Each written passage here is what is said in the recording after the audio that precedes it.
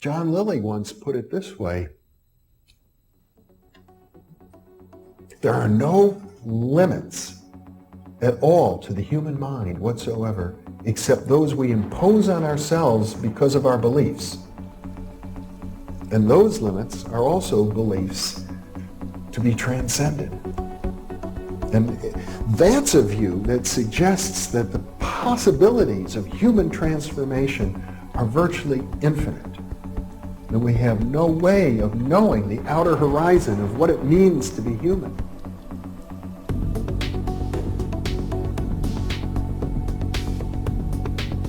And really, to understand all this, everything, you have to go very, very deep into a study of history, consciousness, neurophysiology, everything. You have to be the supreme eclectic type of leaning, and you really have to be wanting to know who you are and what everything's about.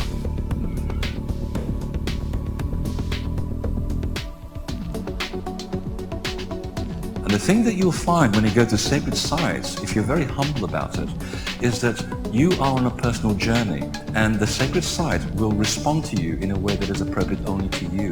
The information is always what you are searching for. And it's the intent you give that energy that defines whether it is used for right action or not. And it is inside these sacred spaces that you will be reminded that you are a god, that you are a bright star. So what you're trying to do is move through the course without ricocheting off walls or creating karma. You're trying to slide through things smoothly. How do you do that? It's called flowing. There's a technique that you can do that will allow you to touch some part of your inner being that has more knowledge than your conscious state does.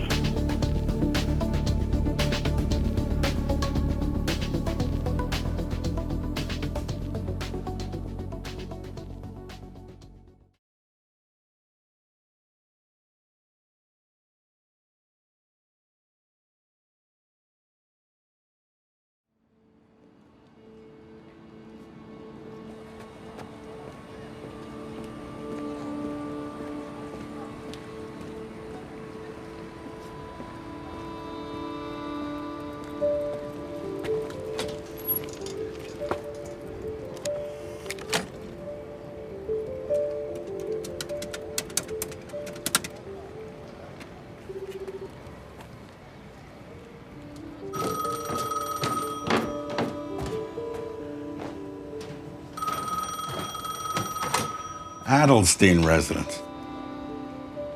Hey, Dad. It's me. Oh. You made it home? How's Jess doing? Well, she's upstairs. I can put her on the phone. No, I need to talk to you. Today, a man told me he'd kill me if I didn't back off the story I'm working on. Wait, he threatened to actually kill you? Yes, and you, Ma, and Jess also. Jesus. Jake, how you get into these situations is a fucking Dad, mystery. I need your help.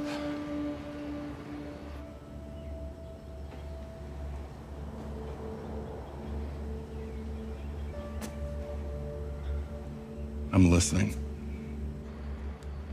What exactly did he say? He said they would come for my family if I don't stop writing. Okay, do you think the man threatening you is bluffing? No, I don't think he's bluffing. So, either he's not bluffing or maybe he bluffs really well. Dad, you have to be serious. Hey, pal, I'm doing my best. This is the first time my son's made someone so angry they're threatening to kill me. What should I do?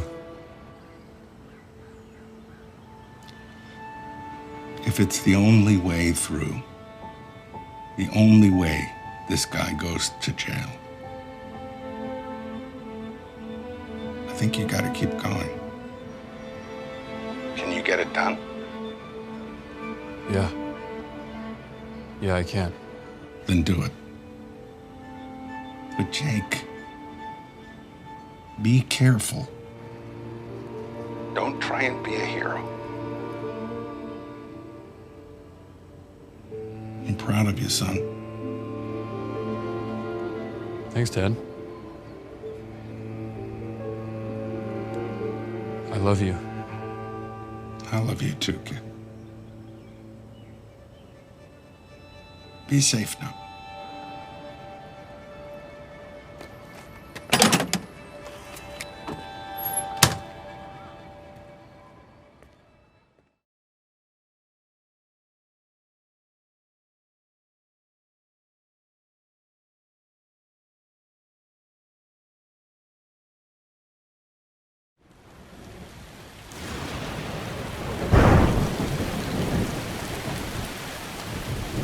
Dad.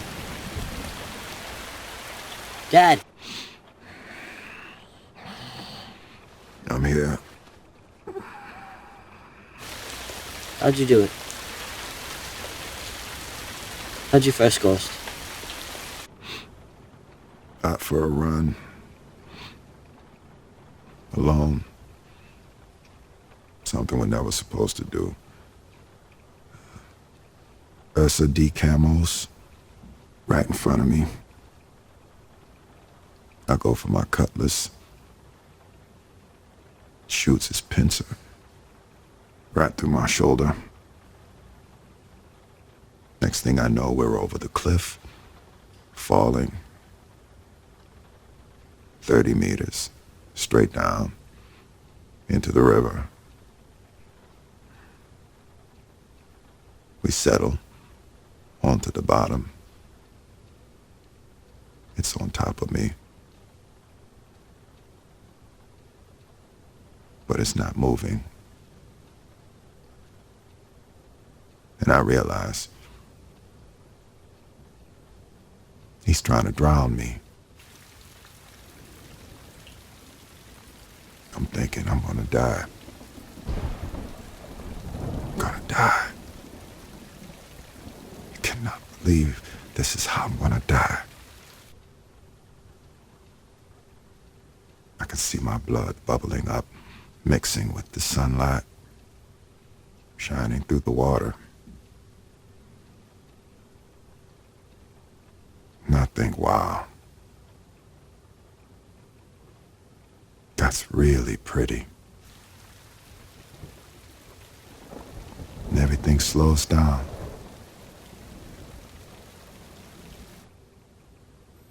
I see his pincer through my shoulder. And I decide I don't want that in there anymore. So I pull it out.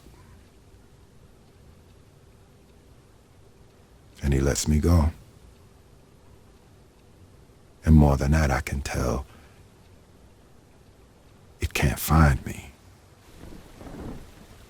Doesn't even know where to look.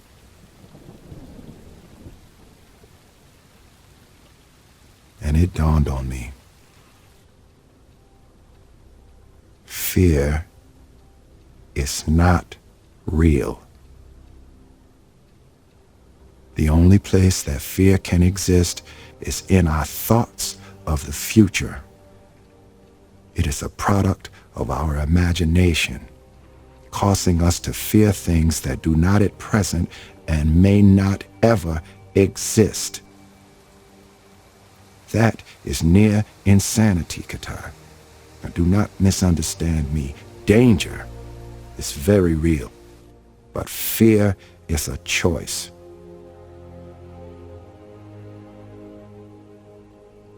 We are all telling ourselves a story.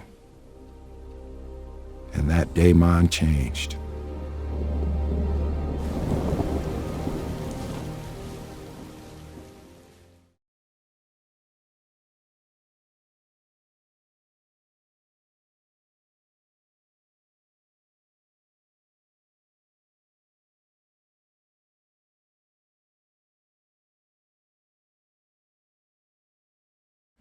Old Testament says a unique scenario unfolded according to the law. And that was, they worked 9 years, and the 10th year was a sabbatical.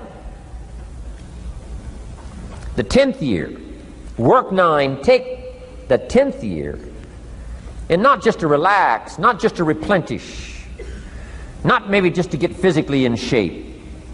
Change of pace, we call it in the modern society, but not just for that. I'm sure that in ancient days that sabbatical was to go over the last 9 years, what went right and what went wrong, and what worked well and what didn't work well.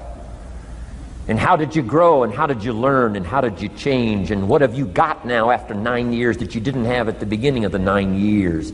See, that's so valuable, a sabbatical, some time. There's also something to be said for solitude when you reflect. Sometimes you can reflect with somebody. Husband and wife reflect on the past year, right? Parents reflect with their children on the past year. How did we do it, and how didn't we do it, and how could we improve? Colleagues can reflect with each other. But now here's one of the most important. You got to learn to reflect with yourself. There's something to be said for solitude. There's something to be said for taking those occasions to shut out the world and shut out everything else for a while. I've got a motorhome. That's how I do it. With my motorcycle on the back. And I head for the mountains and ride the Jeep trails, where there's very few human beings on the Jeep trails, or out in the desert somewhere. It's called my time to get away. When you live a very public life, you treasure solitude. A chance to reflect, go back over my life, go back over my skills, go back over my experiences. Alone.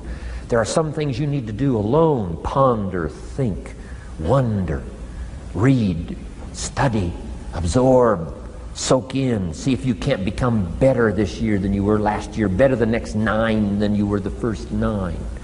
Solitude. There's even a more modern advice that says, go to the closet for time of meditation, time of prayer. Go to the closet. Closet meaning what? Away. And there's even a graphic description of the away. It said, enter into your closet and what? Got some students here, I'm sure. What? Close the door. For what? Just to shut out everything. Life is experience, and touching and seeing and looking and doing and acting and disciplines and all the stuff. But sometimes, this is where this reflecting is so important, to shut the door. Just shut the door and wonder. Prayer, contemplation, thinking, and let things move in to your consciousness and awareness that no other way can it be done. Right? Flying down the freeway, I'm telling you, it's difficult to get through. So many things to do, it's difficult to get through. But times of solitude, times to reflect. So this is so valuable, learn to reflect. Now here's why it's important to reflect. To make the past more valuable to serve you for the future. Here's what's really powerful, learning to gather up the past and invest it in the future.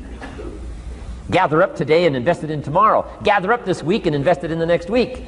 Gather up this year and invest it in the next year. See, that's so powerful, rather than just hanging on one more year, hanging in there, seeing what's going to happen. Learn, study. This is part of the personal development quest. Becoming better than you are, more valuable than you are, not just in terms of economics, in terms of motherhood, in terms of fatherhood, in terms of being a better brother, a better colleague, making a better contribution to the family, to society, to the community, to the church, to the office, to the commitment, to the partnership. Doesn't matter what it is that has value. Work on yourself, then you bring more value to the partnership, to the marriage, to the franchise, to the corporation, to the enterprise, to the community, to the nation. Self-development, personal development. The best contribution you can make to someone else is self-development, not self-sacrifice. Self-sacrifice only earns contempt. Self-development earns respect. Pity the mother who says, I'm just going to give up my life for my children. Self-sacrifice is not noble. Self-investment is noble from self-development. If I work on myself and become more valuable, think of what that'll do for our friendship. I used to use the old expression, you take care of me and I'll take care of you. I found out how shallow and short-ended that was. And I changed it to read like this: I'll take care of me for you, if you will please take care of you for me. And this is part of it, the personal development, that we work harder on ourselves than we do on our job. Now we bring that to the friendship. Now we bring that to the marriage. Now we bring that to the family relationship as a father, as a mother. And we develop the strength and we develop the power. That's key. And it takes, I think, this scenario of disciplines, these abilities, to acquire those gifts and those skills, that value, so that we bring more. Now, we bring more to the next week, we bring more to the next month, we bring more to the next year, if you follow this absorb, respond, and reflect.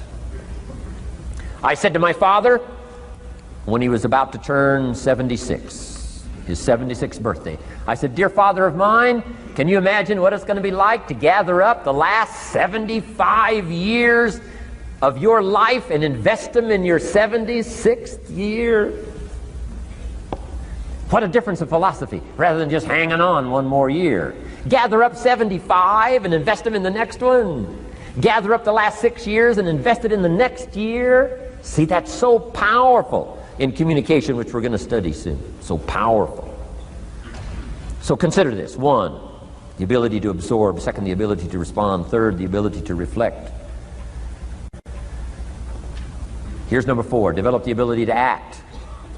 Take action. Not hasty if it isn't required, but don't lose much time. Here's the time to act. When the idea is hot and the emotion is strong. That's the time to act. You say, Mr. Ron, I'd like to have a library like yours. See, if you feel strong about that, what you got to do is get the first book and then get the second book. Before the feeling passes and before the idea gets dim, action pronto, action immediate, action as soon as possible. Because if you don't, here's what happens. We call it the law of diminishing intent. We intend to when the idea strikes us. We intend to when the emotion is high. But now if you don't translate that into action fairly soon, now the intent starts to diminish. And a month from now it's cold. A year from now, can't be found. So act. Set up a discipline when the emotions are high and the idea is strong and clear and powerful. That's the time to set up the discipline. Somebody talks about good health and you're stirred. Says, right, I need to get a book on nutrition. Get the book before the idea passes and before the emotion gets cold. Go for the book. Start the library. Start the process. Fall on the floor. Do some push-ups. Action. Got to take action. Otherwise, the wisdom is wasted. Otherwise, the emotion soon passes. Unless you put it into a disciplined activity. Capture it. Disciplines is called how to capture the emotion and how to capture the wisdom and translate it into equity. Disciplines.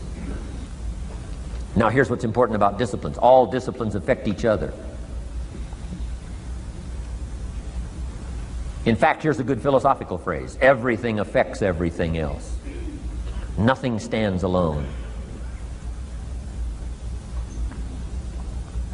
Don't be naive in saying, well, this doesn't matter. I'm telling you, everything matters. There are some things that matter more than others, but there isn't anything that doesn't matter. Okay. We all pity the man who says, well, this is the only place I let down. Not true. Key to take home. Every letdown affects the rest of your performance. Every letdown affects the rest. This is part of the educational process on personal development. If you don't take the walk around the block, you probably won't do the apple a day. If you don't do the apple a day, you probably won't start building your library. If you don't build your library, you probably won't keep a journal, and you won't take pictures, and then you won't do this, you won't do wise things with your money, won't do wise things with your time, won't do wise things with your possibilities and relationships, and the first thing you know, 6 years of that accumulated, and we say you have messed up. So the whole key to reversing that process now is to start picking up these disciplines. Now here's the positive side. Every new discipline affects the rest of your disciplines. Every new one affects the rest. That's why action is so important. The least action, the smallest action. Take it. Because when you start accomplishing and the value starts to return from that one action, it'll inspire you to do the next one and the next one and the next one. You start walking around the block, it'll inspire you to get an apple. Get an apple, it'll inspire you to get a book. Get a book, it'll inspire you to get a journal. Get a journal, it'll inspire you to grow, develop some skills. All disciplines affect each other. Every lack affects the rest. Every new affects the rest. The key is to diminish the lack and set up the new. And you've started a whole new life process. Key. Also, one more thought on discipline. Here's the greatest value of discipline. Self-worth. Self-esteem. People are teaching self-esteem these days, but they don't connect it to disciplines. The least lack of discipline, and it starts to erode our psyche. One of the greatest temptations is to just ease up a little bit, right? The slightest lack of doing your best starts to erode the psyche. Instead of doing your best, doing just a little less than your best. Sure enough. You say, well, it's just going to affect my sales. No, it's going to affect your consciousness. It's going to affect your philosophy. Now you've begun in the slightest way to affect your own philosophy. Here's the problem with the least neglect. Neglect starts as an infection. And if you don't take care of it, it becomes a disease. And one neglect leads to another. And the worst of all, when neglect starts, it diminishes our self-worth, our self-confidence, our self-value. You say, well, how can I get back my self-respect? I'm telling you, you don't have to go to 29 classes. All you have to do is start the smallest discipline that now corresponds to your own philosophy, like I should, and I could, and I will. No longer will I let neglect stack up on me so that I will have the sorry scenario 6 years from now, giving some excuse instead of celebrating my progress. That's the key to discipline. Okay? Let's get kids involved in the least of disciplines. One more, and then one more, and then another one, and then another one, and then some more. And the first thing you know, you're starting to weave the tapestry of a disciplined life into which you can pour more wisdom and more attitude and more strong feeling, more faith and more courage. Now you've got something, a vessel in which to put it, and now the equities start to flow. And the early return, I'm telling you, if you'll start this process, the early return will have you so excited, you'll commit yourself to this strategy for the rest of your life. You'll never go back to the old ways. Join a new crowd, join a new group.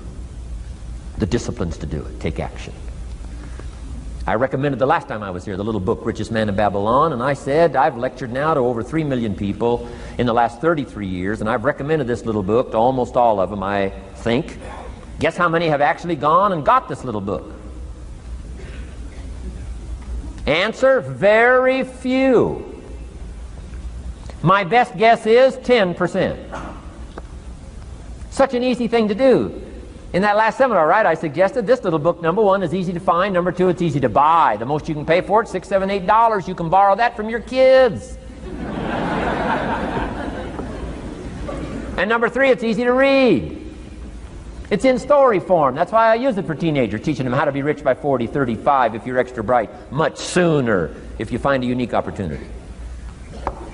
But if it's easy to find and easy to buy, and if it's easy to read, why wouldn't everybody go get it? We don't know. What do you know? You don't know. I don't know. Nobody knows.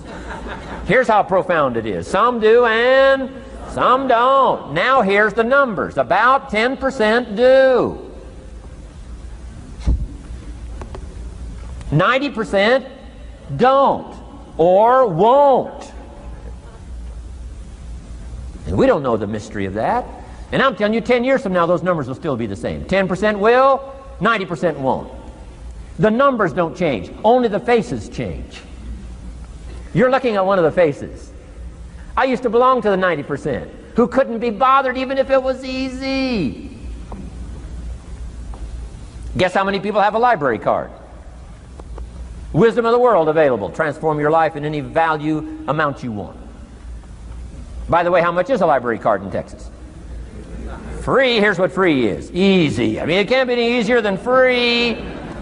Somebody says, well, would you bring it by? Well, no. At least you got to go get it. No.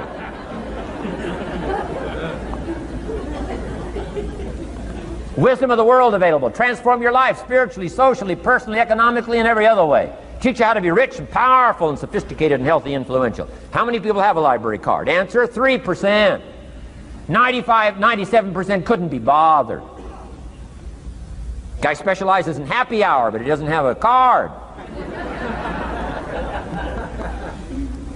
And now readily and quickly blames the government and blames his company and blames policy and blames the pay scale. When if he only knew, if he joined the 3%, here's my advice to you today. Walk away from the 97%. Don't talk like they talk. Don't act like they act. Don't go where they go. Don't specialize in what they specialize in. Throw away the blame list they cling to. Start you a new life. You say, well, is it as simple as getting a library card and join the 3%? And the answer is, of course. Of course. That's how easy this stuff is. This is so easy. It's so simple. It's not complex. You don't need a 2,000-year-old guru. You don't need multi-track affirmations. I'm telling you, don't. Affirmation without discipline is the beginning of delusion. Key.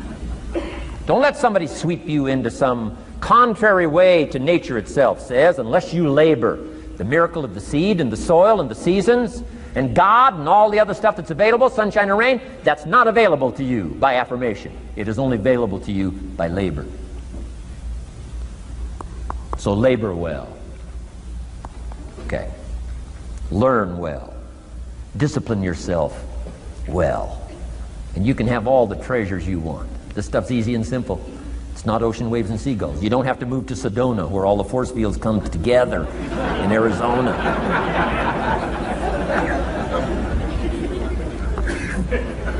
Let's teach our kids the simple ways to transform their health, number 1. Their economics, number 2. Their ability to communicate, number 3. Their life and treasure and lifestyle, number 4. Spirituality, number 5. And the list goes on and on. Let's not leave out any of the least of disciplines that encourage us to do the next one, to do the next one, to do the next one. First thing you know, this whole scenario for you is spinning up instead of out of control on the negative side. This is all you got to do. It's as simple as this. It's as simple as a start, committing yourself to life change. And once you start down this road, I promise you, you'll join the 10% and the 3%.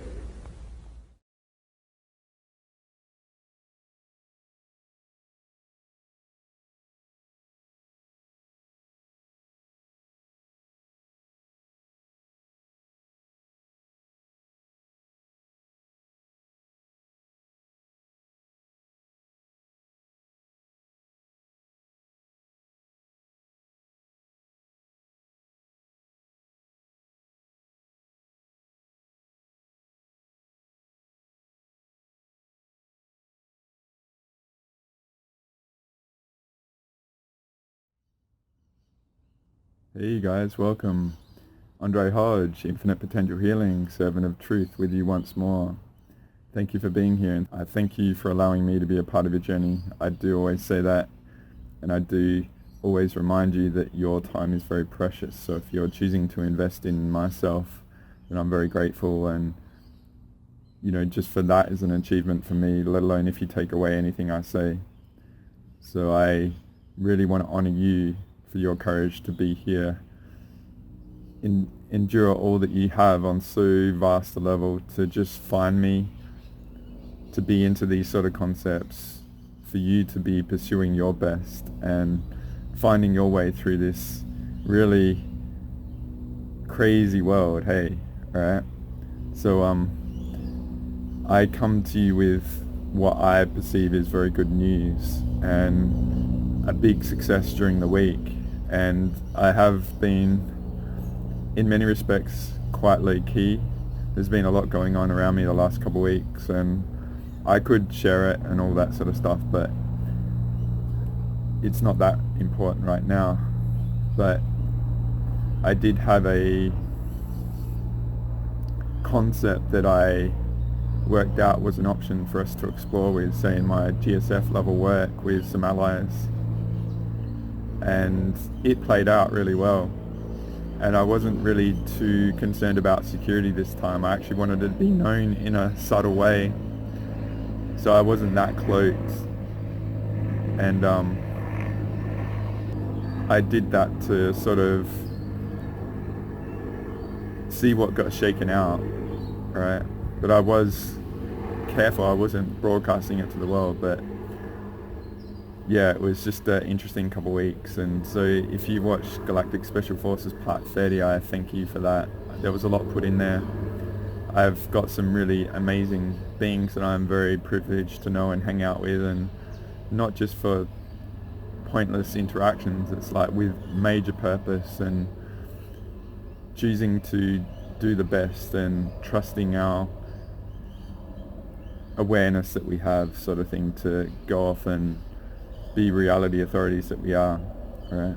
So during the week on the Equinox, March 21st, I sort of, like I said, I had this really awesome plan based on variables that I've been involved with the past as concepts, and with the victories I've had, sort of, you know, if you've been across my stuff the last, say, 9 months with all the discoveries such as, and you've invested into my Universal Sovereignty Declaration, which is basically a condensed story of our journey in this universe. And so I'm going to assume that you've done that, right, when I talk about this stuff, because I actually put it into words of many of the missions and victories, discoveries that I've had in this last 9 months that I allude to. But one of the big things was discovering that our universe was invaded right at the get-go. So we've never had an opportunity to actually experience our pure source universe. And so we've had that corruption in us all along, and it's been an enormous disadvantage to these invaders that I seem to be a magnet for, and discovered and see through them all that they do and stuff. And so yeah, it's been very interesting few weeks for myself, but there was a lot of violations, which, as I say, violation is your asset. So I've had a lot of assets that I've called in, and yeah, I'll offer the big variable now, and I'll give a lot of data as to why I came to that conclusion of it's an option for us to explore. So I don't know what I'm going to call this. It's basically continuation of the GSF sort of theme. So, but I don't think I'll make it 31, but I'll keep it in, you know, the GSF playlist. But it's more so,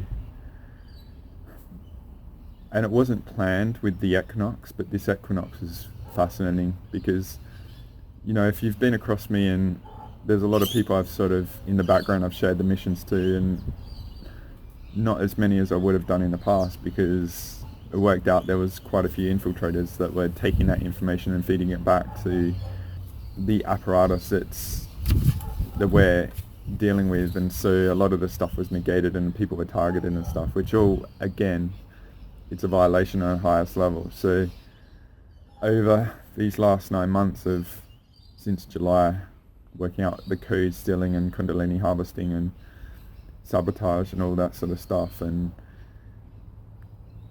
the only way to endure and survive was to go on the defense and then push back and take apart all the apparatus and stuff. So we're here now, and I guess some of you, I'm being quite cryptic in what I'm saying, but I don't really want to offer too much detail other than the components that we discovered along the way with different allies and stuff that actually were ingredients in this to be able to do what I did with these people that I did a mission with, right? And I've done many missions with them in different times and stuff. So, and one of my allies was meant to be there, but it was discovered that was a pretty epic Leviathan assassination attempt just before we did the mission, and that particular person couldn't be there, but they couldn't cloak themselves, and we saw them for who they are, right? And it's people in the community that I've been dealing with that have gone after people around me and stuff. So we're just seeing all the truth, and on a very high level.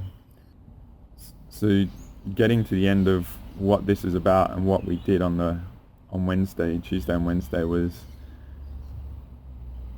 establishing the pure source variables and the superior allies that we have, like the 10,000 Central Suns and 1,000 dragons and stuff. And, you know, they might be concepts beyond what you can accept as possible and all that sort of stuff. But I would just invite that infinite potential, this reality and what we've been through, all the wiping and the Babylon massacres that's reduced our DNA to such a fragment of its potential of what we can perceive. Just because these variables you might not have relevance in what you've accepted up until this point, just don't be blocked off to a potential that they could exist out there, right? That's a bit of a metaphor of how I operate. I want to sort of offer a bit of my mechanics of how I got to this point to be able to go into the unknown, so to speak, and accept the perception authority that I sort of am if you're taking on board the offerings that and the components I've discovered that are quite orphaned in the spiritual community now, because I'm really not catering to anything out there. To me, as I've offered many times, the spiritual community has a massive question to answer about. Just imagine all the billions that people have invested into people and practitioners out there and stuff. What has that amounted to? What have they contributed? Where are those people and individuals? Where are they at now? Are the people better off? Because I can assure you, most of the clients and people that come to me, they've all been, it's quite rare I'm the first person. It doesn't mean I'm not, but just say I'm getting started quite late relative to a lot of other people out there. So a lot of people have been through other people. And what I worked out this week or the last couple of weeks is, and I've been offering, like, the vast majority in the spiritual community that are supported are actually undercover infiltrators of the incarnation theme. And I've dealt with a lot of them, right? You should be discerning everyone I've ever done public stuff with, okay? And their purpose isn't actually to help us achieve our potential. Their purpose is to derail us and sabotage us, to feed into this negative universal takeover that they've been planning behind the scenes and had a massive advantage of us for a very long time. And there's a awareness arrogance from their side, from my perspective, thinking that they'll never get busted and stuff, but they don't realize that, see the mechanics of what I say about the 20TD and the 1000D dragons, 10,000 central suns and pure source. It's like we've busted their whole mechanics and we're seeing them for what they are. And that's why this week's move was massive, and it's had enormous effect. So going back to GSF 30, one of the big things we worked out was the Sphinx was used as an off-world apparatus to send humanity's harvested life force. 70% of humanity's life force was either sent via the Sphinx or via the main pyramids back to Nibiru. And so a lot of practitioners have been to Egypt and done missions there and taken people that they needed people with the codes to open up and maintain that harvest, because they're practitioners in the community that are working for that structure. And so one of the big missions late February was disabling that and nullifying it, and they've attempted to reanimate that technology, but they're only getting about 5% of what they had. So we've been able to nullify that, which means that a lot of the life force that was being harvested is being not harvested, so it's in people and stuff. So one of the variables with that is people are getting more energy, which means their shadow or their unresolved shit is in their face and stuff. So a lot of the people are struggling and stuff. It's because they're actually got the energy to actually transmute it and face it and all that sort of stuff. So I just offer this because if you're going through it and uncertain and stuff, I know the majority of people around me are proactive and they've actually taken on the advice I've said about getting proactive and being thorough and stuff and doing your best. And many are being massively targeted, so don't underestimate that you're sort of had that variable to deal with. And it's these frackers are very, very talented, and they're very misguided, and they're very driven to achieving their dominance and suppression of us all and stuff. But I would just offer that's a variable going on with humanity. But getting back to these people in the spiritual community and stuff, what I realized, and a lot of people are being weaponized at me, and 00, Fracker, Saruman, not James Bond, that being was messing with 93% of people. So I realized, like, I've used that Gandalf versus Saruman clip of the King of Rohan, like the horse king, where Saruman was puppeting him remote. It's for me, my metaphor is what I'm seeing a lot of sessions now as being fighting Saruman, trying to do my best for people, and when don't even envisage that someone could do that so nasty to so many people and derail them. So what I'm just offering is that what I worked out is, say if you've been through a lot of these people in the community, they might be, like there's been a lot of questions of why is it still going and stuff like that. So all we're doing is discovering the unknown of their mechanics of what they've been doing. And what we realize, or I realize this is, if you've been a client of many of these practitioners out there, they might have actually seeded an aspect in themselves in you to not only control you, but use you as a backstop if they get in trouble to reanimate themselves and stuff. So that aspect that's been in your field is a massive violation. But it's also being used to weaponize against, say, someone like me that has the intent to clear you and help you and stuff like that. So it's really diabolical, and then it will actually spawn into all your clients if you're a practitioner as well. So if you get clear in that, and then you start engaging with your clients, you know, as a practitioner and interacting and stuff, then that corruption that was originating from you without knowing that they could do this mechanics is actually being reinfected in you. And it actually, I've used this clip, and I don't know, like I'm getting a bit late in my day. I was a bit behind the 8 ball again because I've been brewing this and having interactions and helping an epic ally out my afternoon. But yeah, I've used the clip from Krypton. It's a series called Krypton about the planet Krypton where Superman originated from. It was a pretty cool series for 2 series, but they employ this concept called the Black Mercy as like an entity that actually takes control over the mind of people and stuff. And to me, it's a really good metaphor of like the Meridian, sort of multi-dimensional entity that these frackers might infect you with, alright? It goes through all your meridians and all that sort of stuff, and it's like a gatekeeper entity where it actually, like, if you come across something that's actually a positive for you, it might trigger like a negative response in your body. And if you are governed by the mechanics of that, then you think that what you might come up to is a negative thing, so you stop, right? What I'm inviting is, I suggested about my contrarian view concept. I'll show you the image now, quick. I'll show you the image now, quick, alright?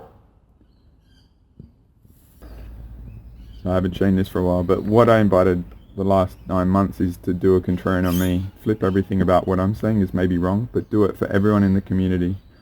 The reason why I'm bringing this up now is possibly all of that investment that I offered to discern me, and maybe you did feel I was wrong. What I'm talking about, this entity sort of stuff that's being weaponized in people, it actually encourages you to honor that mechanics of what you feel. So say if I'm a positive being and the Team Fracker don't want you to accept me, then they might instill this in you that actually justifies your governance away from me, alright? So you might come across my concepts and it triggers your body, or, you know, a response in your system, or might hack into your mind to make it feel like it's the wrong path, you know? So you might trigger a, you know, like a hand burning sort of on a stove to not go there sort of metaphor, if that sort of helps. Well, what I'm inviting is, if you get that reaction now with information, do the reverse matrix of it. See it as trying to prevent you from breaking free of it, alright? And then once you don't let it own you and you power through it, it will lose a lot of its ability to maintain that dominance over you. You might need to have sessions, or as I've invited people to go learn pranic healing and stuff, and all about energy hygiene, or have a salt bath, or use salt packs and stuff like that. The key is, if you get the mechanics in your mind right of what's going on, you can break it, and it no longer has any effect, and then you might track it back. And then say if you employ the sovereignty declaration, the frackers that are doing this are going to cop it, and then you'll clear it for everyone else, alright? So I'm just offering these mechanics of discernment now. It's pretty important, okay? But what I'm offering is that, I'll show you another image. I've employed this in other ways before, alright, but just see, perhaps these guys have invested and left an aspect of themselves, like the red thing in the energy field. It's just a very subtle thing, but it's sort of a gatekeeper energy to prevent you making progress, and it's to derail you after the sessions and stuff, or they have a portal to you that's like make you Swiss cheese to be weaponized, let's say someone like me in the community and stuff. I'm just offering this because it's gone on and it's diabolical, and once you have the context of it, you can clear yourself and nullify it. So if you do employ my sovereignty declaration or your own and stuff like that, there's a lot of you wouldn't believe how many people this has been done to, alright? And it's an aspect of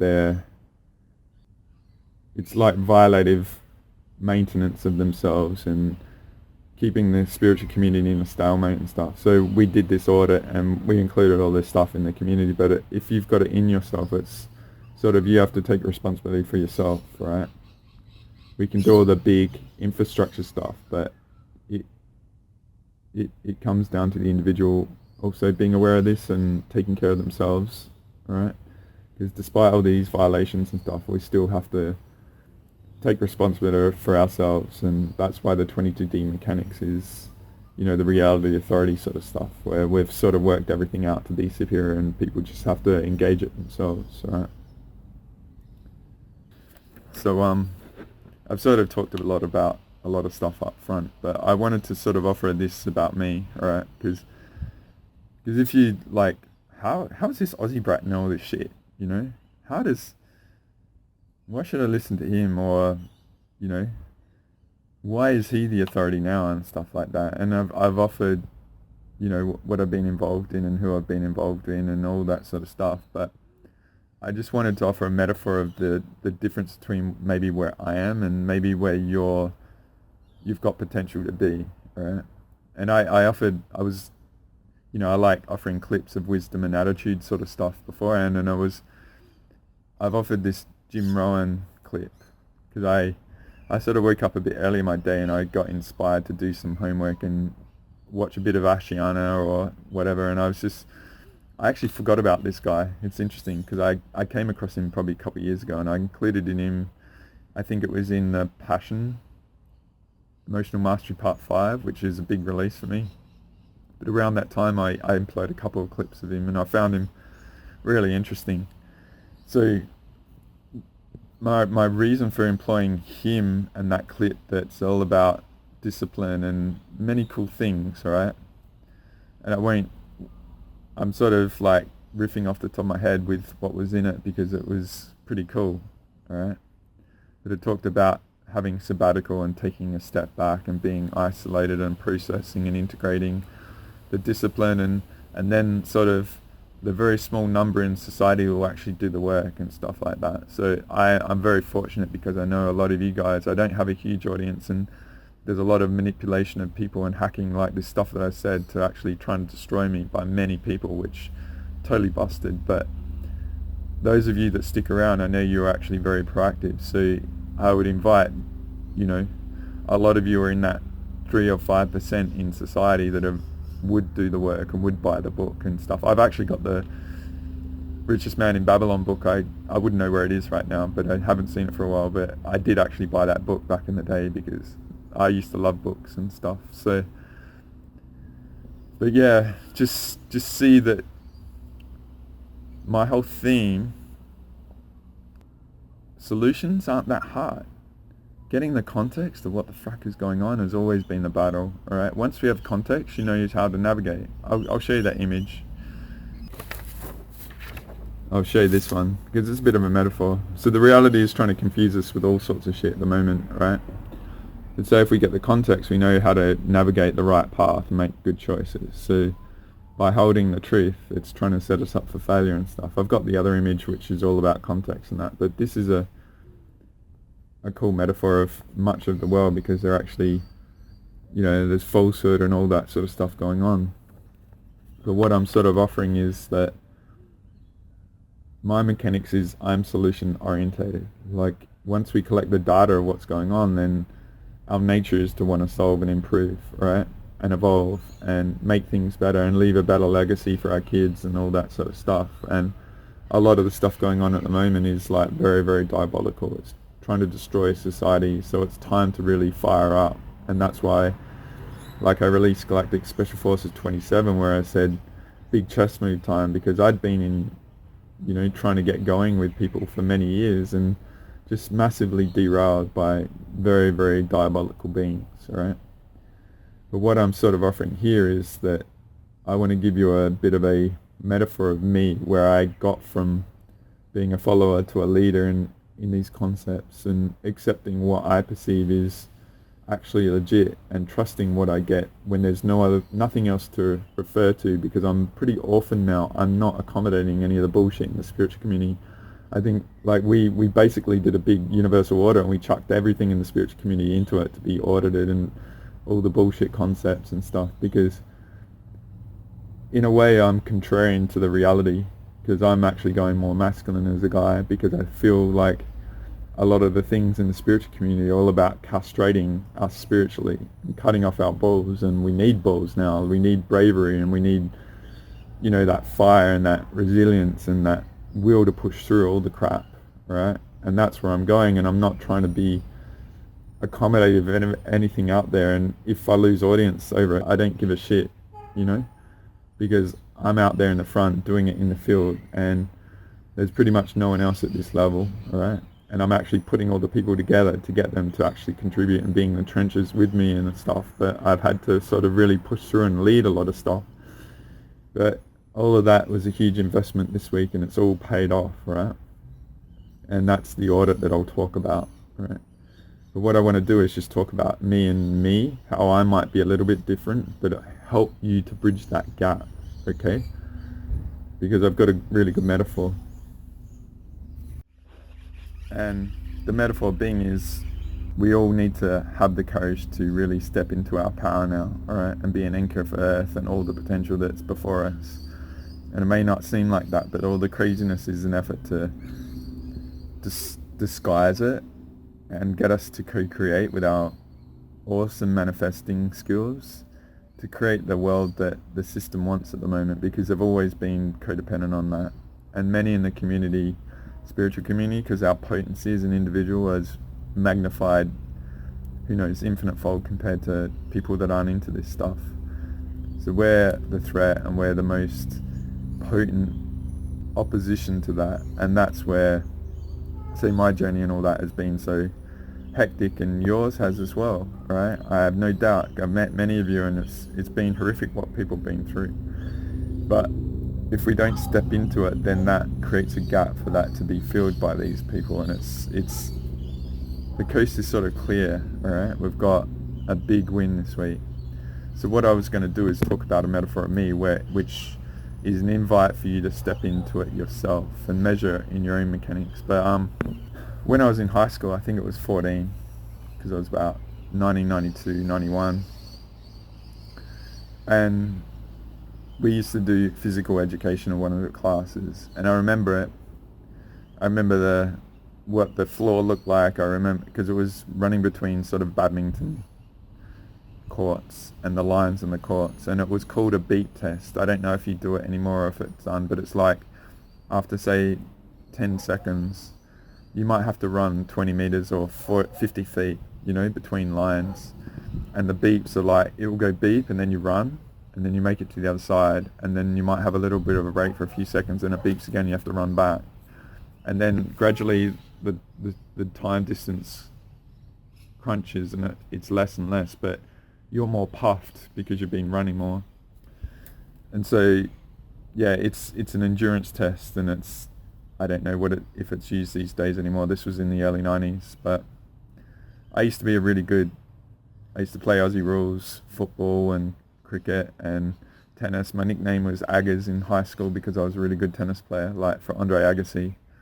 And I was like we had primary school that goes to when you're 12, and then you go to high school in Australia. So up until like primary school, I was a very good middle runner. There was a guy that was like a year ahead, like he was from Italy, and he like was a year older than us, and he was in our age group, and he always used to win the marathon, so I always used to be following him, but I always used to come close second and a long way ahead of everyone else. So I was a really good middle distance runner. Like Australian rules football is you run like a marathon every game and stuff. So it was always like in Australia in the 80s, fitness and riding bikes was massive, and so I was always a good runner.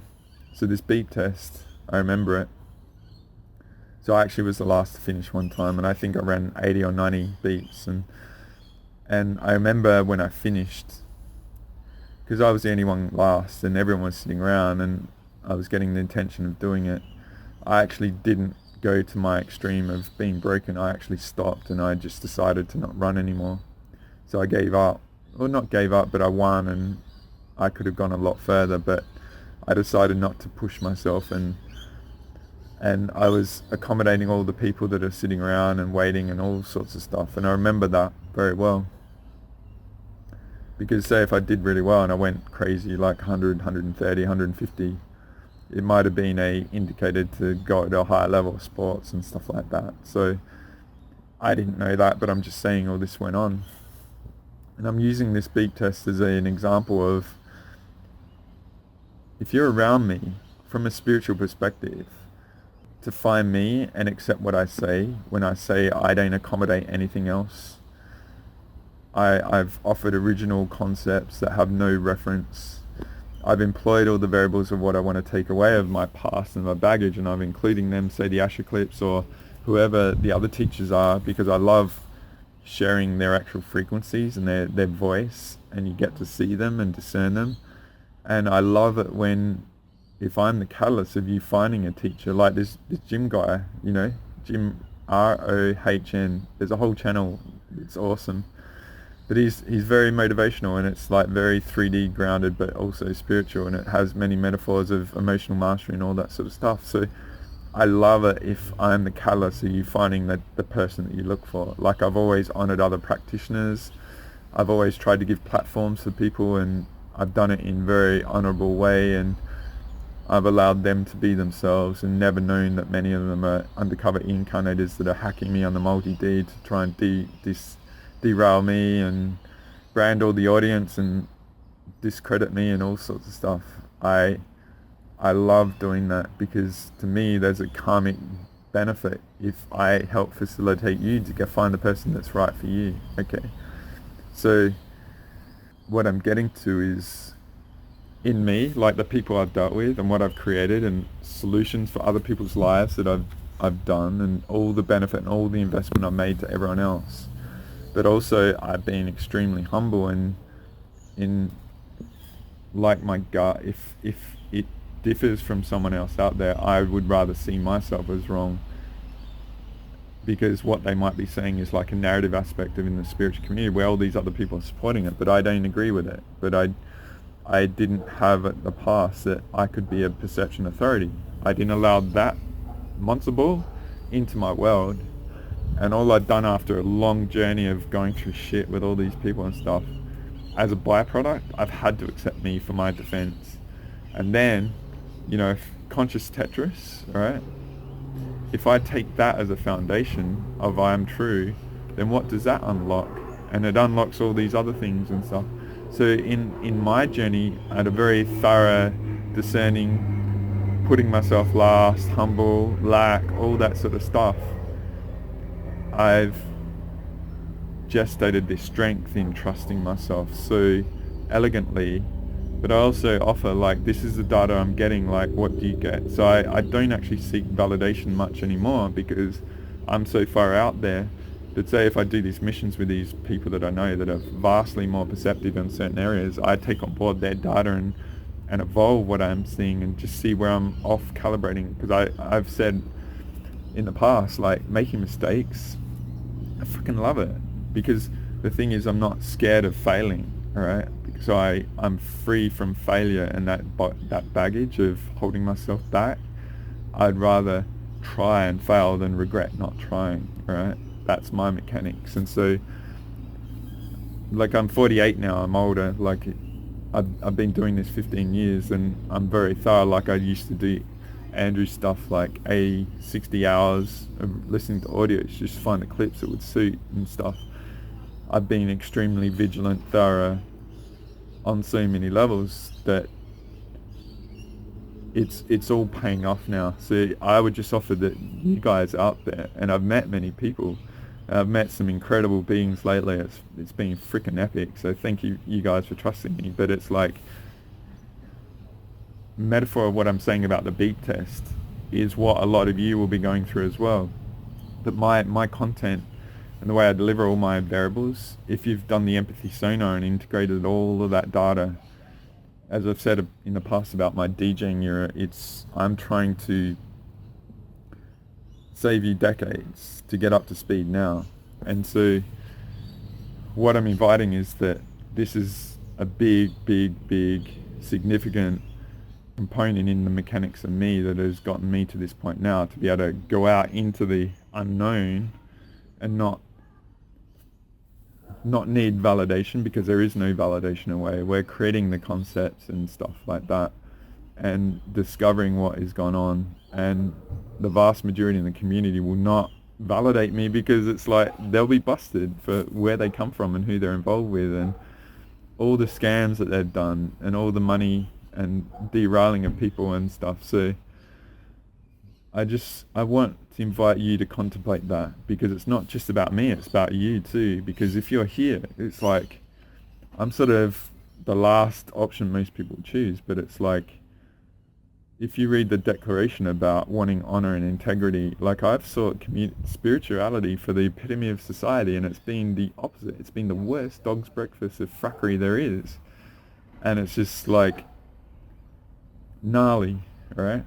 But I think you're here because it's been your truth as well. And I just want to help you get past that needing to accommodate things, but going into your beat test of your freaking infinity, alright?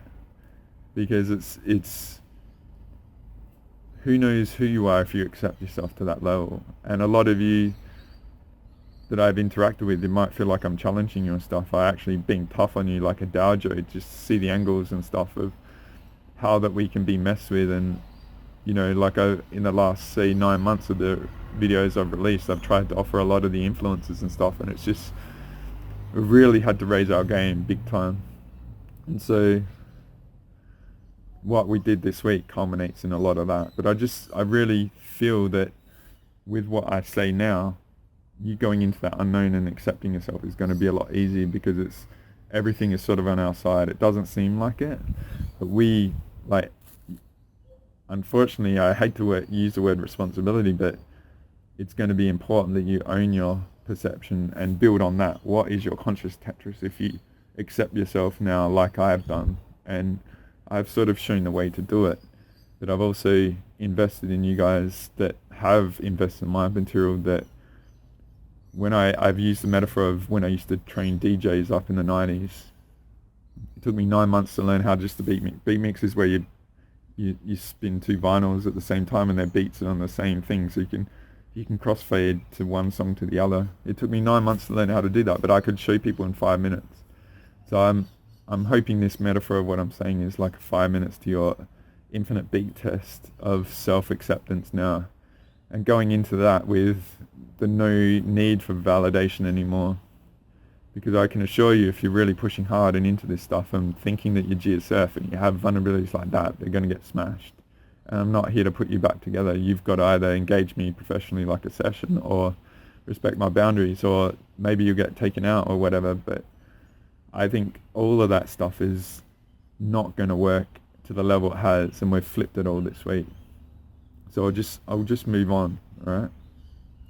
So I hope that's a good variable of taking yourself to the next level on the other side of this equinox of what we did, combined with the awesome Jim clip at the start about this discipline and self-acceptance, and just employing some of the mechanics that I've offered in other parts that I'm sure if you're here you've invested in quite a lot over the years, right? So I'm just going to move on, get to the main part of what I want to share. So I just want to offer a joke, because I said this to one of my allies today, or I said it to a couple of the allies, because those that we had the victory with, but getting back to my DJing era. So it's going to be like, I'm sticking around for the epic farewell fracker, get the F out of our universe, invader, farewell party. And I've been like brewing my playlist of my DJ set, because the party's going to be epic when these frackers finally get out of our universe, alright? So I just imagine what the party will be like when we get rid of all these frackers from our universe, alright? So that's a joke, but we don't know what this universe and our home has been like without them trying to take us over, consume us as energy and derail us and all that sort of stuff.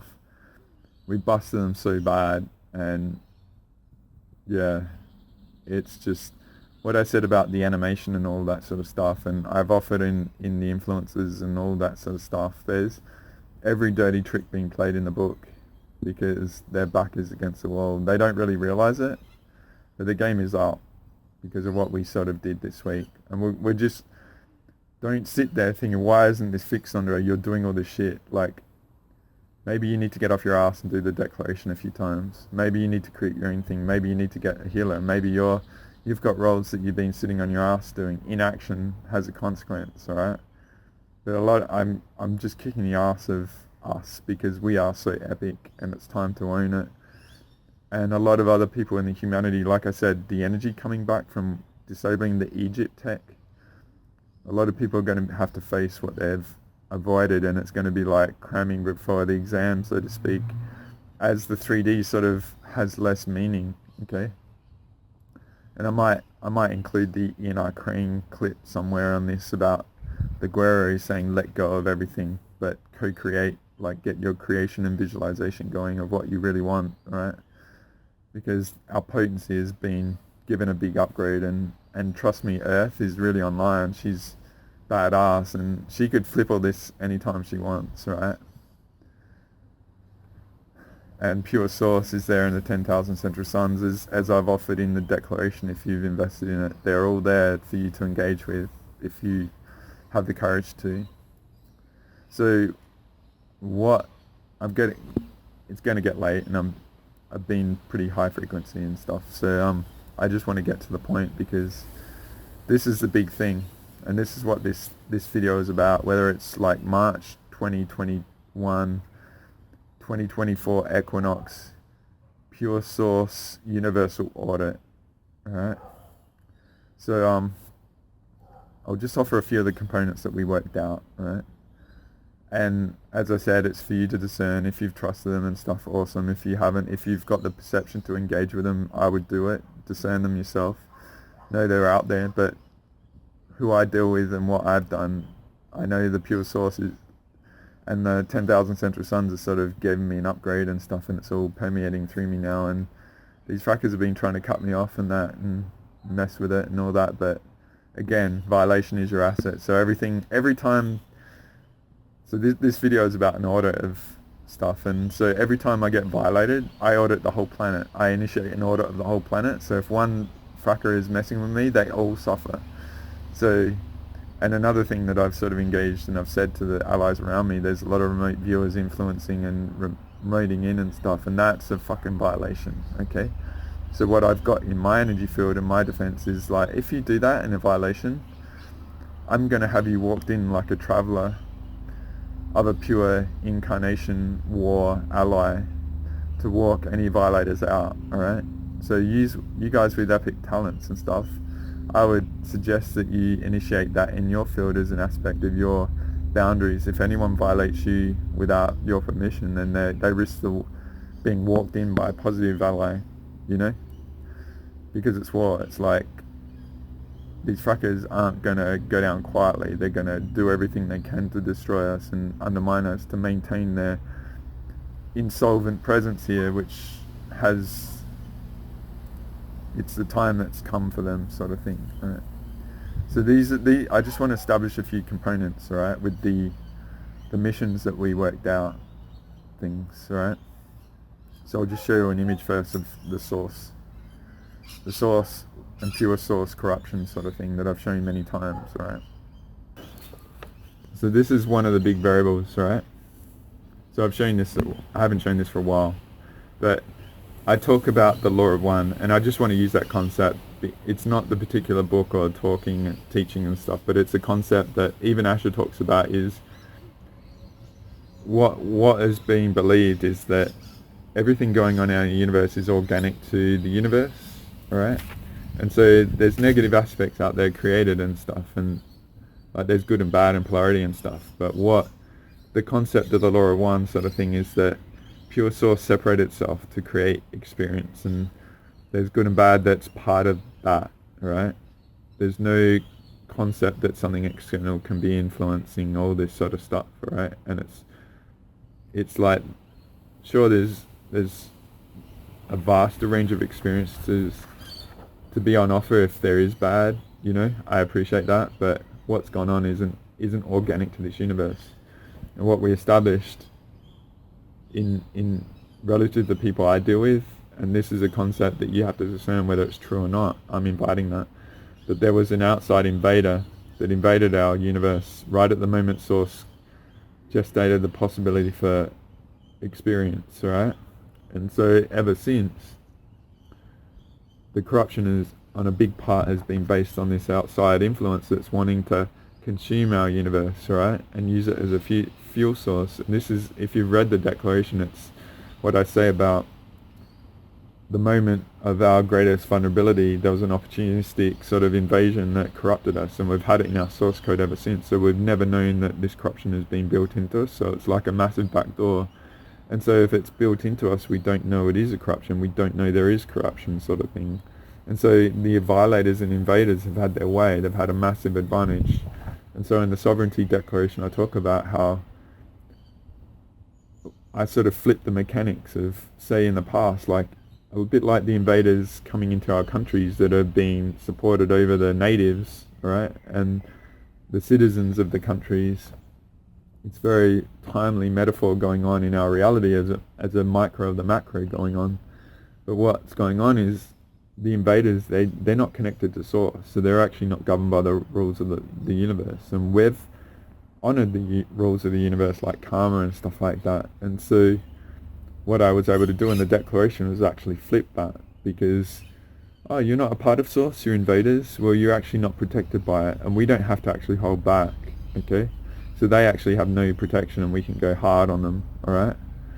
And that's flipping their mechanics of a massive advantage they've had for a long time that they've gotten away with, because we haven't even been able to know that their souls are not of this universe. And that's many in the community as well. They've been violating us, and we've had a free reign, and this is all just busting them, right? So the pure source versus the corruption pure source is a big foundational metaphor. It's a foundational variable in this audit, all right? Because establishing the pure source stuff and realizing the invasion, that's where the audit concept came in, and I'll talk about where the audit idea came from in a bit, but I just want to show you the next image quick, all right? I just had a quick break. So what I was going to show you is an image of my effort to visually represent all these sort of concepts combined of the invader network, the pure source, the 10,000 central suns and stuff like that. So I'm just going to show you the image that I created. It's designed to be very basic, and I don't really feel it's accurate.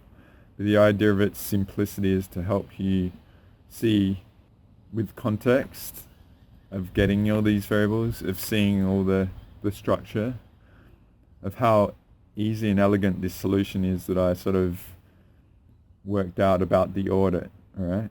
So I'm just going to show you the image.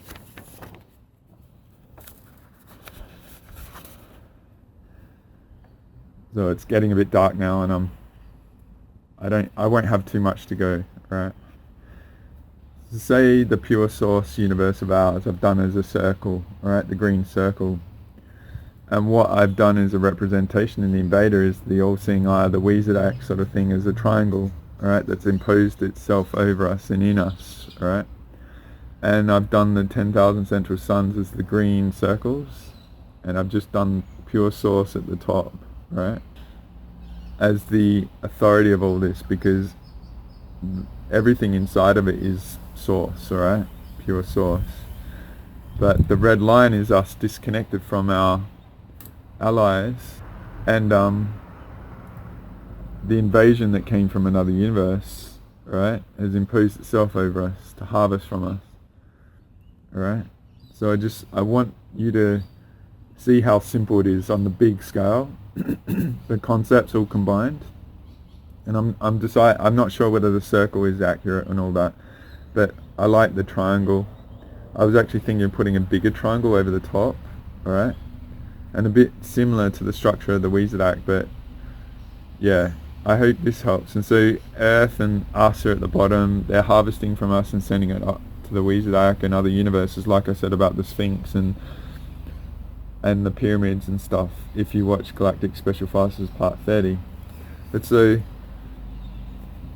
I hope you appreciate how simple I've done this to get the big concepts, alright?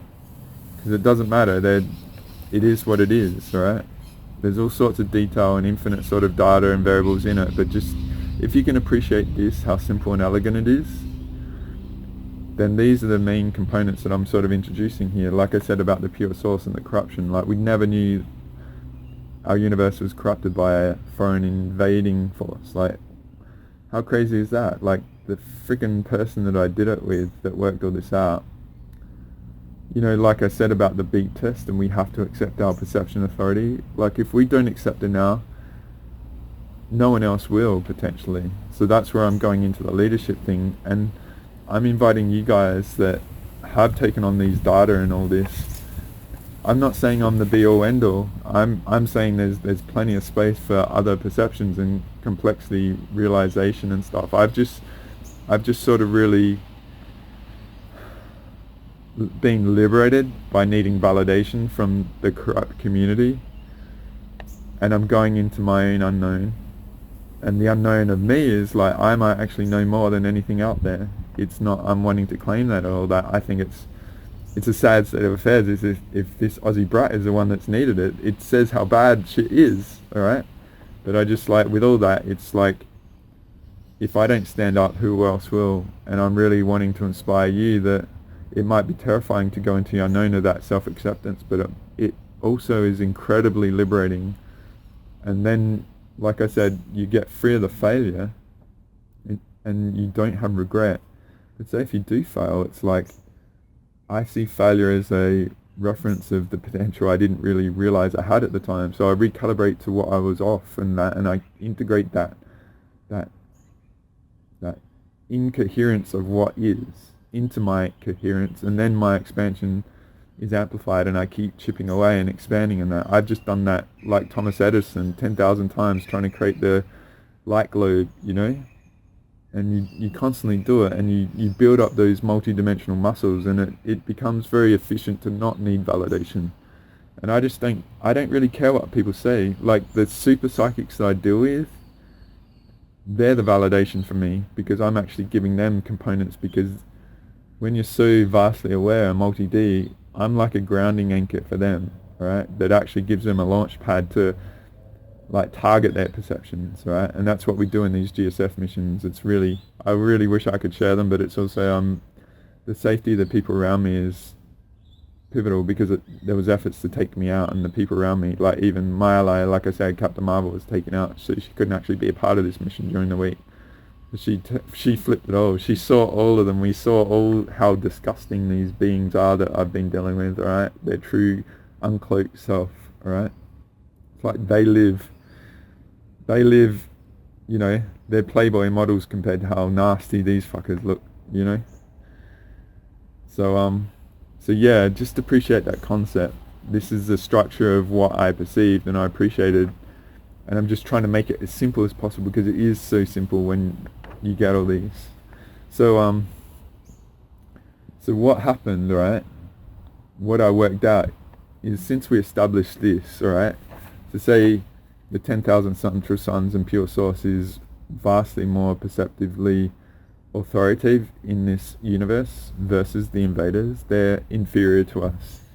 So knowing that we've got this authority, allies and structure, what I suggested is we do an actual audit of the universe. And the reason I suggested audit is those of you that are veterans that have been around me for a long time, back when I met Andrew Bartzis in March 14th, well, I didn't meet him, but I first discovered him my brother's birthday 11 years ago, because last year on the March 14th, one of my allies, it's a bit windy, I'll just put this down. March 14th last year, one of my allies I did a session with, it turned out that we did a GSF mission. We engaged the 12D grid of the planet, where we finally reconnected that. Later in the year, in September, we reconnected Earth to pure source, or source at the time, but it's now pure source because we've definitely reconnected her to this pure source aspect that we've discovered recently. And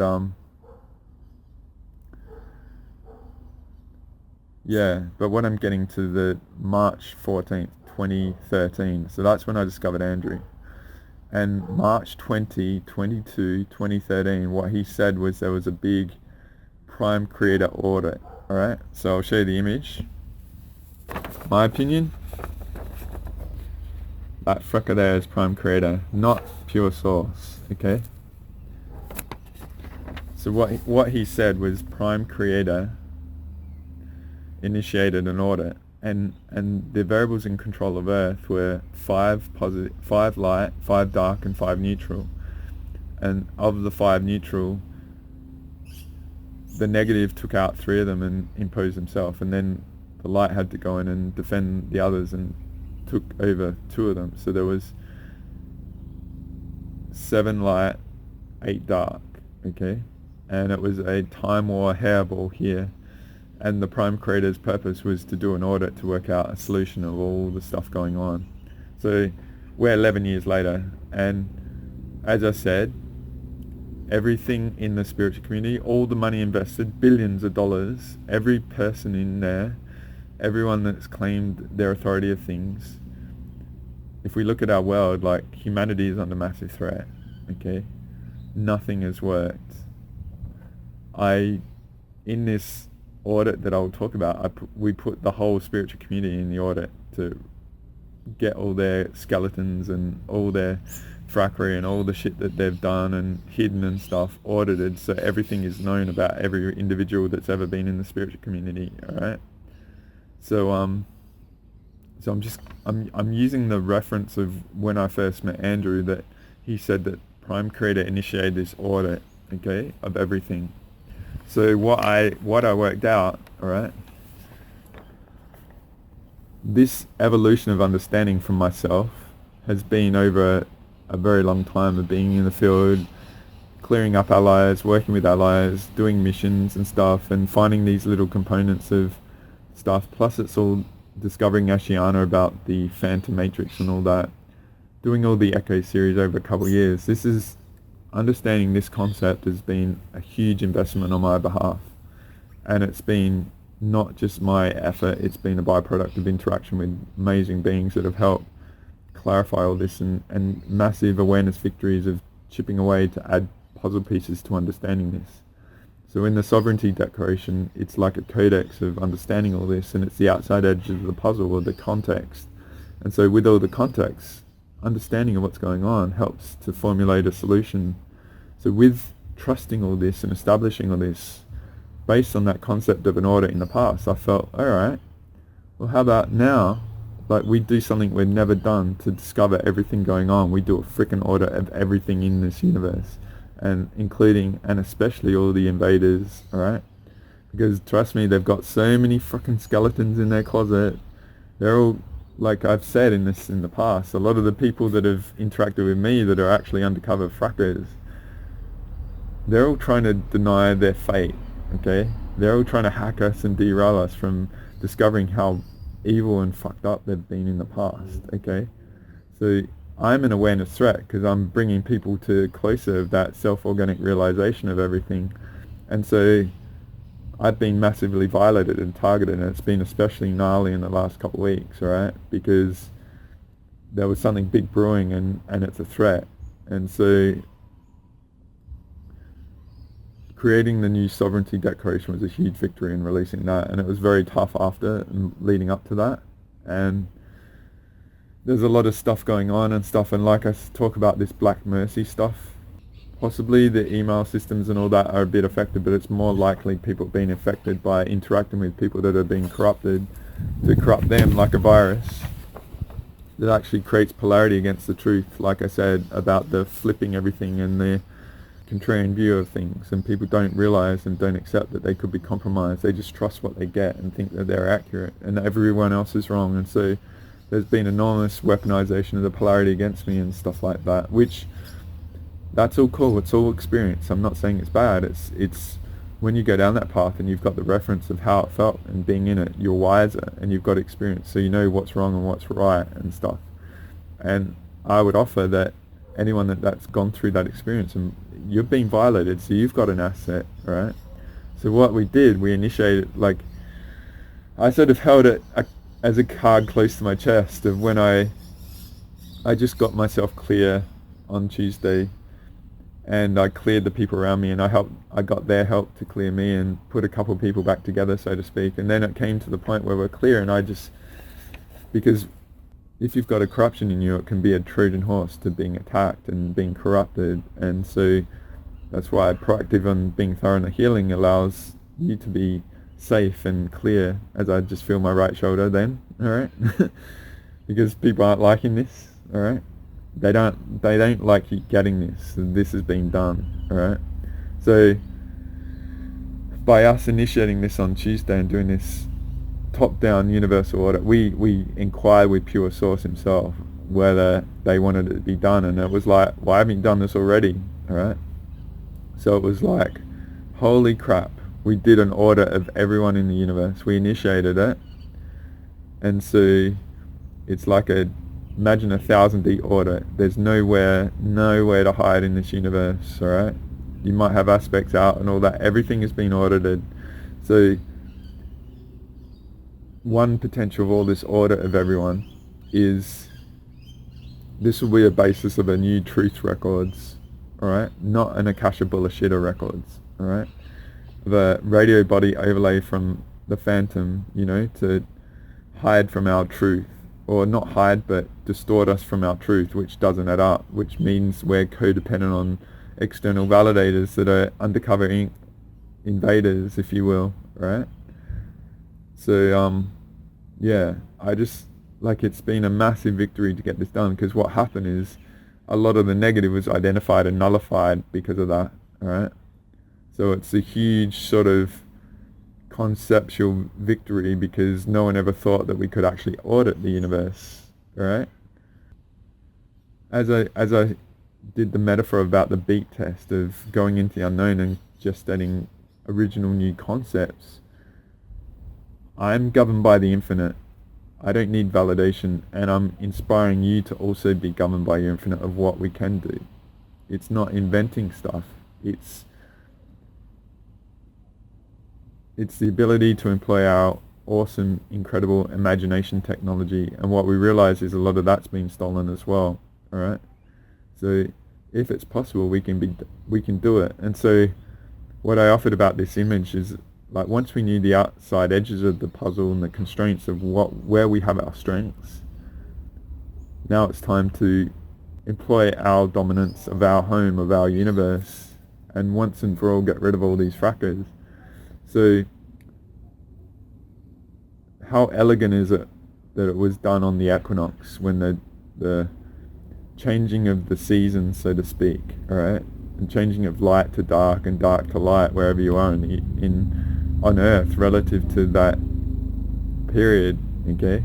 So it was never planned and all that. It's just been a chipping away sort of thing, and we've had some massive victories, as I said in the recent releases, that the couple of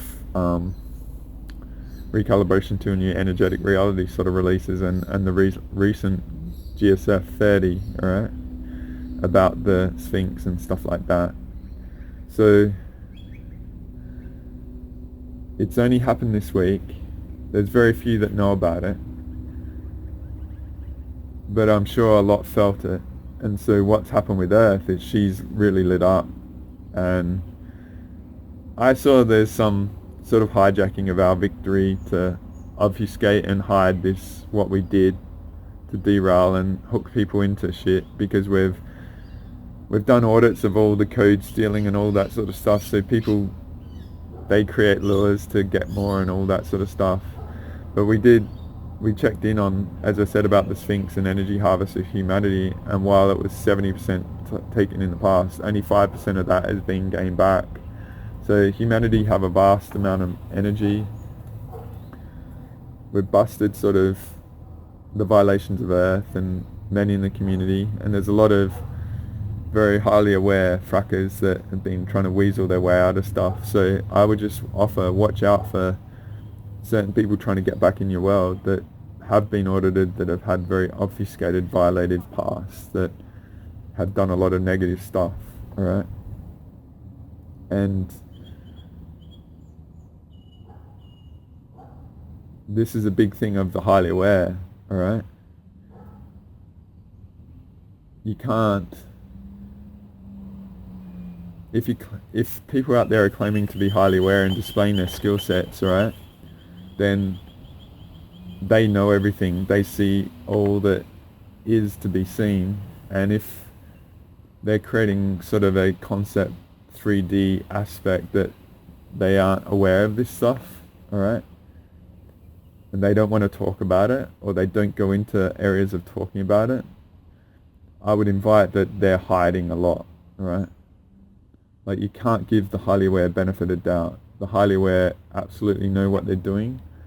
Many of the ones that I've been dealing with, I know now that they've definitely been in alignment to the negative Wizard Act sort of stuff, whether they agree to it or not, whether they're conscious of it or not, whether they're actually from that universe or they're being hijacked and stuff.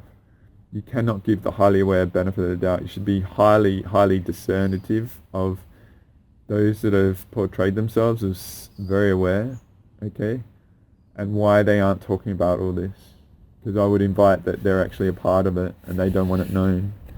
And they've probably been attacking me and the people around me, and we've busted them badly. And so I would just offer, since March 2021 of, depending where you are in the world, of 2024, just observe all these players out there, of how they are and stuff, and what they try to do. And maybe you might get invaded in your dream time and all that sort of stuff, and you're going to see them because they can't cloak themselves anymore. All the violative tech has been voided, and if they're going out and voiding more and violating more to get back their stolen tech and stuff, then they've got more violations and stuff. And so those are you that are highly aware. You know, if you sense something going on, just do a audit of the whole planet, all the spiritual community, alright? Because they just get dusted. A lot of them got dusted when we did this because they were so violative and busted. They just like need to be removed, okay? And so those of you that are highly aware, that can connect to pure source and the 10,000 central suns, I would really discern whether you're connected, but also get validation and stuff, and discern whether these highly aware beings are actually trying to infiltrate and, you know, put a red barrier and insert themselves into your world, right, to prevent that. But those of you that have the abilities to go up and blast, and then you can engage the 10,000 central suns like they do with me and go through and blast everything out of you and clear yourself to then see what's been going on. And then I would suggest employing my universal sovereignty declaration to put all the violations, and as I've said in the past, an injustice anywhere is an injustice everywhere. So any violation of you can bring about their ending, and all the infrastructure and all the plans of all that from being in our universe, so everyone else that's being violated gets cleared, alright? So it can be really perpetual. So yeah, I hope this is really helpful. It's getting dark, as you can see, so I'm going to just get in time with the light ending. But I really want to say we've had a massive victory, and we're just going to have to see how this plays out. But we've got the structure right, and the time is coming, guys, where these guys are done. And there might have been a lot of violations since then, before this release, but again, if you appreciate everything I've said here, we've got sort of mechanics to take care of everything. So it's going to be I'm going to be doing it. The people around me are constantly doing it. And we're literally perception authority, badass. We don't freaking tolerate shit, you know? There's no redemption, nothing like that. There's no quarter given. These guys need to go, and they're done.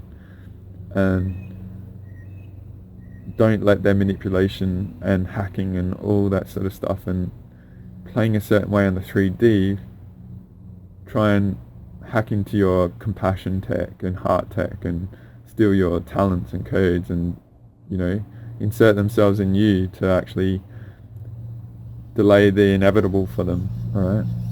Because it's, like I said, I'm planning for the big frack off farewell party, and the universe have been clear of these frackers once and for all, alright? So I hope this really helps and it inspires you to really see the mechanics as it is and embody it and see how elegant and simple and straightforward this is. You don't need a degree in galactic frackery historian sort of shit that might take you 10 years to know nothing, you know? It's designed to be simple and elegant and straightforward, and then you can discern everything and everyone appreciating that, okay?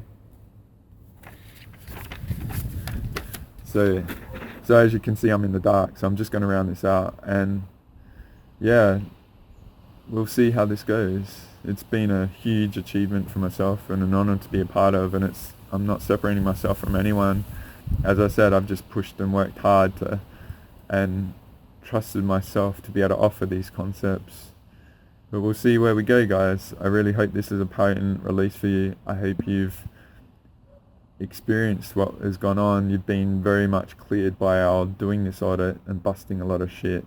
And I really hope it inspires you to push harder and go for the jugular yourself and do the sovereignty declaration and engage your healer and your genius to be here, because we are epic. Don't allow yourself to go into lack and accommodate with your mechanics that have probably been hacked, that you're less than everything else. We are superior, and you've got to own it, but you've got to engage it and, you know, take the epic body tech that you got out for a drive and give it a bell, like give it a run. But it's time to be the reality authority, guys, and anchor this for the potential for us all. The rest of the universe is on our side, and we've got epic allies, okay? So I thank you for being here and allowing me to be a part of your journey. I hope you get something from this. And until next time, guys, keep your infinite alive. Keep pushing back all the bullshit. And everything that you see out there is not good. Just also, like, when you see it, Max Steel was this epic ally I had, and he said every time you see something, Andre, out there that you don't like, just with all, like, your epic badass and all the allies, just put into whatever you see that you don't like. It's not going to happen. Engage that manifestation reality mechanic tech, right, and nullify it. You have the ability to do that. So if we all do that and there's shit we don't like, it's not going to happen, guys, because we're going to happen, and our infinite's going to happen, and our epic Mother Earth is going to happen, free of all these frackers once and for all. So thank you for being here, and thank you for having the courage to be here now. It's not time to give up, it's time to push harder. Until next time, guys, Andre out. Bye for now.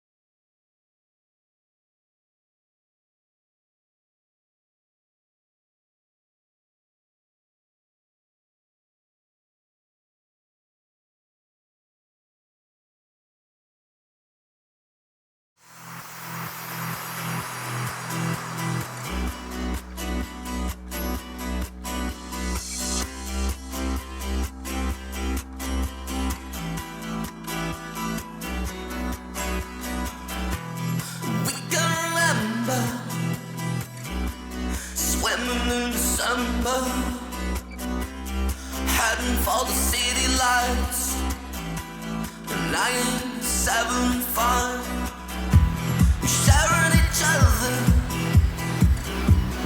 near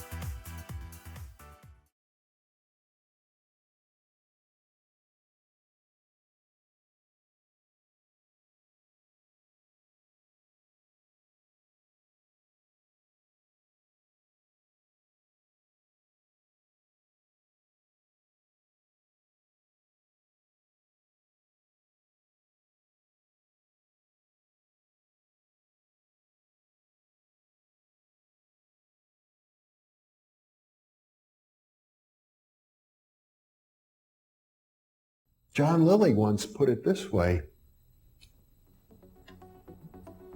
there are no limits at all to the human mind whatsoever, except those we impose on ourselves because of our beliefs. And those limits are also beliefs to be transcended. And that's a view that suggests that the possibilities of human transformation are virtually infinite. And we have no way of knowing the outer horizon of what it means to be human.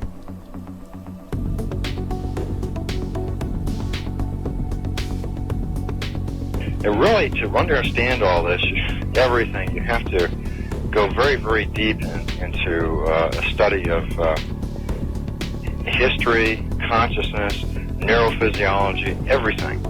You have to be the supreme eclectic type of leaning, and you really have to be wanting to know who you are and what everything's about.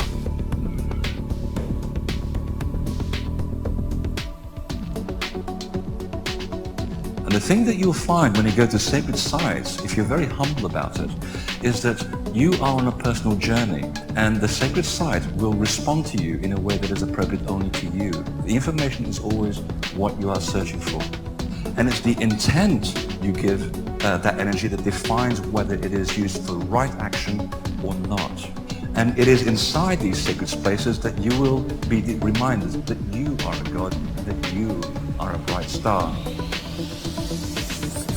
So what you're trying to do is move through the course without ricocheting off walls or creating karma. You're trying to slide through things smoothly. How do you do that? It's called flowing.